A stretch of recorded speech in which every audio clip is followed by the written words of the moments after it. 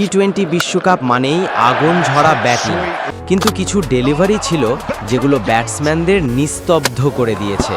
চলুন দেখে নেই 2024 টি-20 বিশ্বকাপের ভয়ঙ্কর 5 ডেলিভারি। নাম্বার 5, মোহাম্মদ আমির, বাম হাতি জাদুকরের সেই ইনসুইং।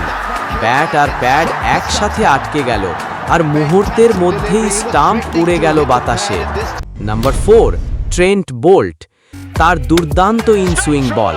ব্যাটসম্যান কভার ড্রাইভ মারতে গিয়েছিল, কিন্তু বল সোজা ঢুকে গেল স্টাম্পে। নাম্বার 3, নাভিনুল হক, পাওয়ার প্লেতে তার নিখুঁত আউটসুইং।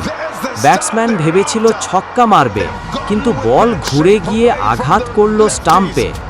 নাম্বার 2, ফাজাল হক ফারুকি, অসাধারণ এক ইনসুইং। গতি আর বাঁকের মিশ্রণে স্টাম্প ছিটকে গেল একেবারে 3 হাত দূরে। নাম্বার 1, কাগিসু রাবাদা, একটা ভয়ঙ্কর ইনসুইং। 145 কিমি গতিতে ছোড়া বল, ব্যাটসম্যান তাকিয়ে রইল, আর স্টাম্প উড়ে গেল বাতাসে।